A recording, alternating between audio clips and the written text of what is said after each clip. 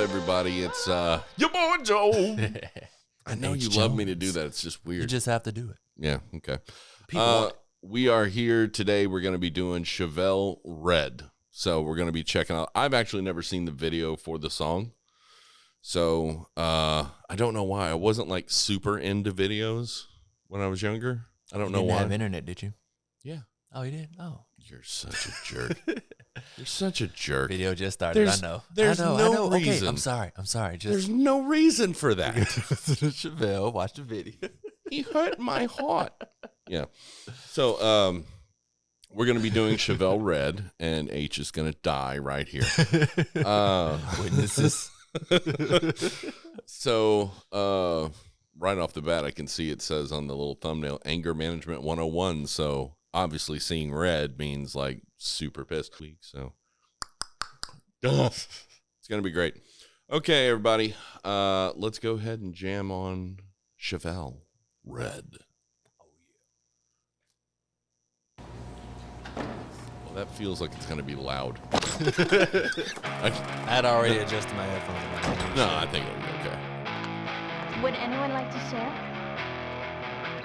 I do remember the song. I You just go don't in the remember back. Come on down. the video at all. Said you never saw the video. No, I never saw the video. Well, that's why you don't remember the video. Okay. Well, sometimes, you watch something and you're like, oh, I do remember this. I don't. Wow, I did not know that dude had thick mullet sideburns. Mutton chops.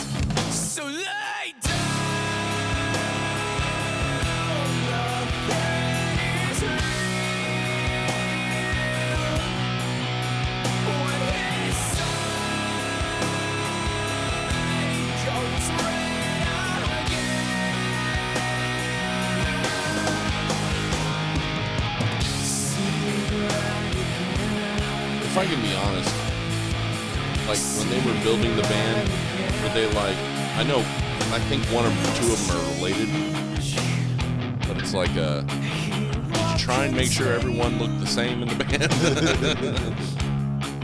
Oh my goodness, look at that guy.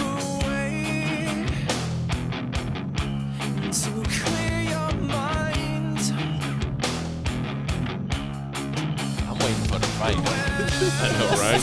They all look very, very pissed.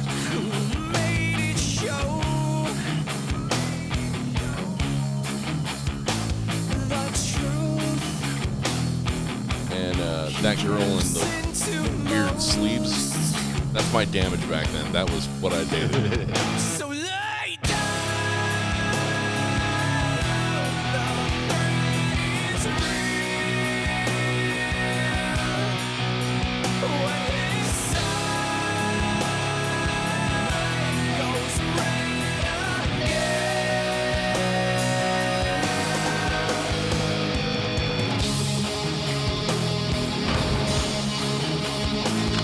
I was always impressed that they were a three-piece band.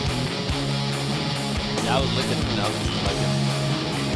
for the extra person when they showed it, but I'd never seen the video either.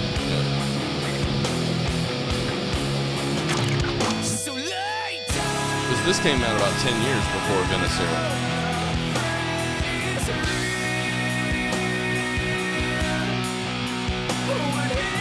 Your girlfriend's on the floor. Yeah, right? Someone help her! Oh no! She just stabbed that guy.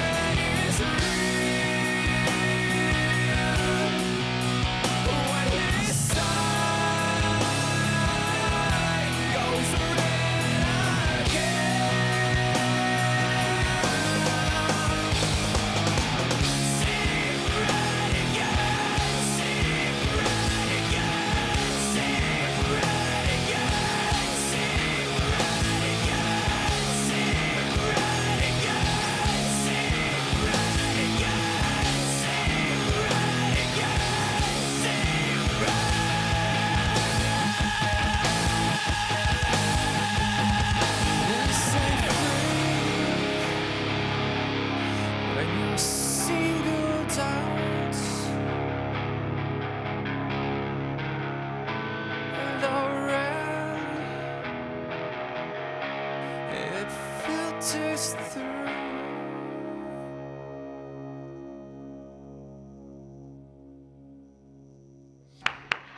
That was wonderful. That was great. Thank you. Thank you. Anyone else?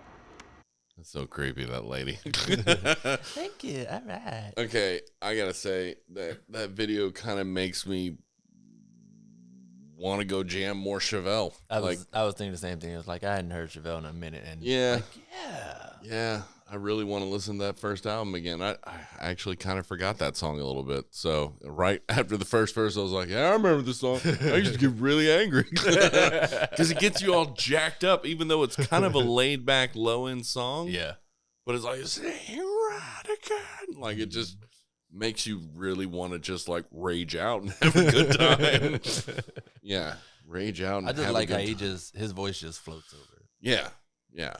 He's got that skill where he can go from that vocal fry burnout of a voice, but still do it on note, which I think that was something late 90s to early 2000s.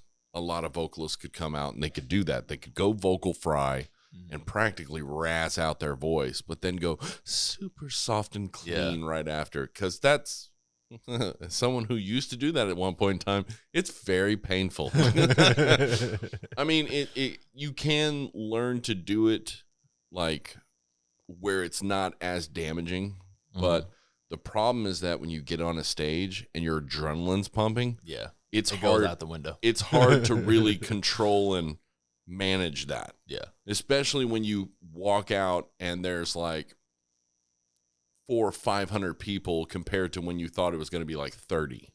And you walk out and you're like, oh, you're here to see us? And it's like, you're like, yeah.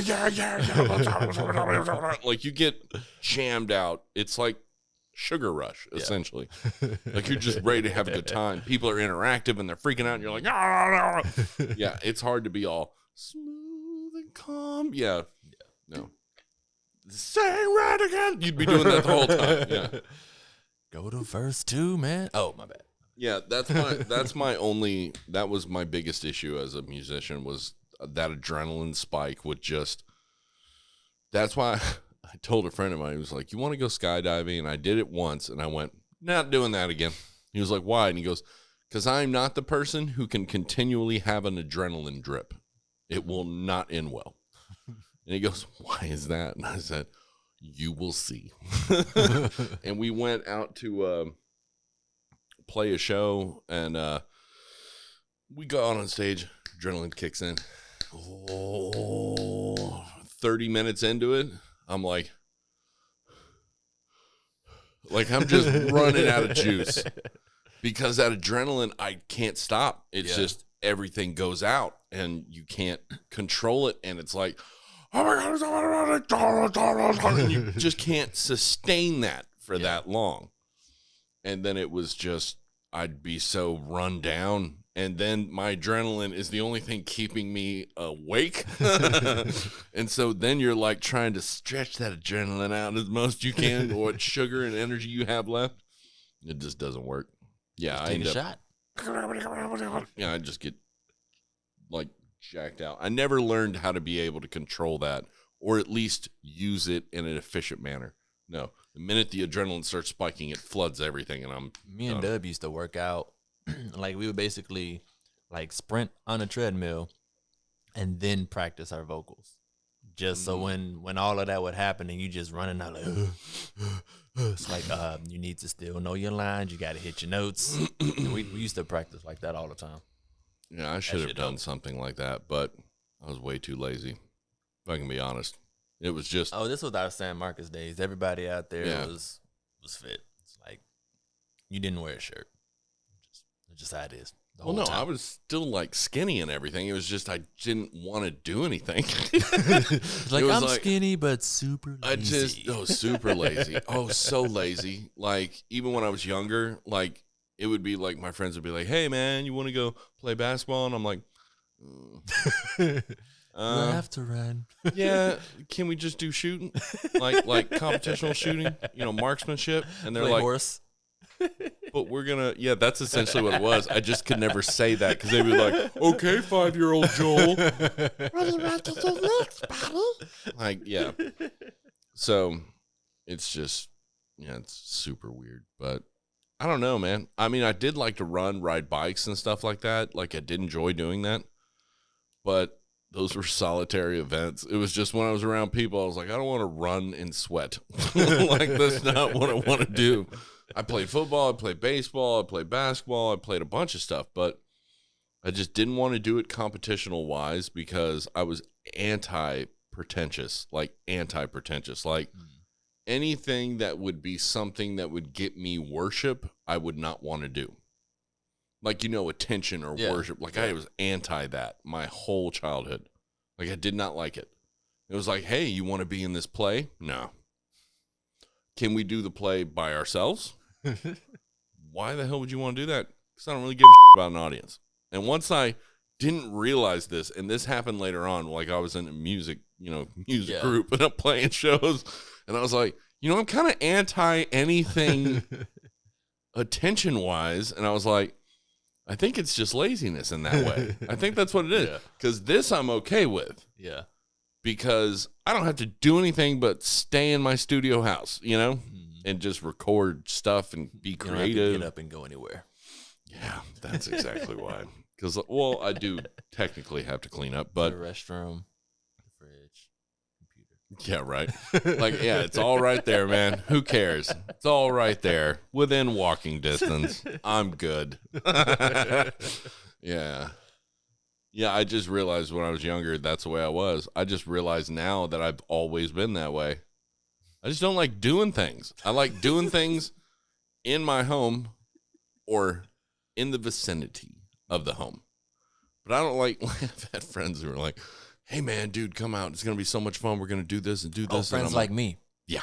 We invite you places to go and do stuff when the sun is up. And I don't want it. Yeah. Yeah. And it's just like, nah, I'm good. I'm going to work, make money. Because that's in my mind. Now that's what shifted. Instead, before, it was just, I'm going to stay home and play video games. And now it's like, no, I'm going to stay home and work and make money. Yeah. Because you just make money. And for me, it's like going out there and spending money feels like, honestly, it's so dumb. It's like a liability. It's like, basically, I leave and go spend money, and I come home and I'm poor. It's just, I'm going to stay home. See how Joe treats me. Oh, my goodness. Don't even. It's been how many years? How many years what? 15, 16 years. That we've been friends? Yeah.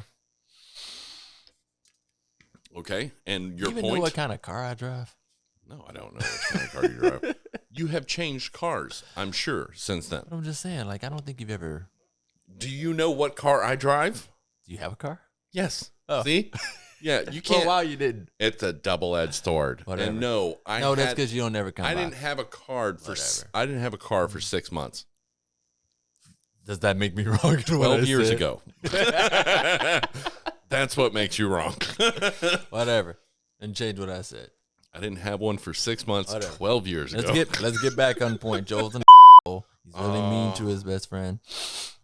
Anyways, so remember to like and subscribe so we can make this a living so I don't have to leave my home ever. And hang out with me outside of the podcast. And hang out with him outside of the podcast. Please pay us so I don't have to hang out with him.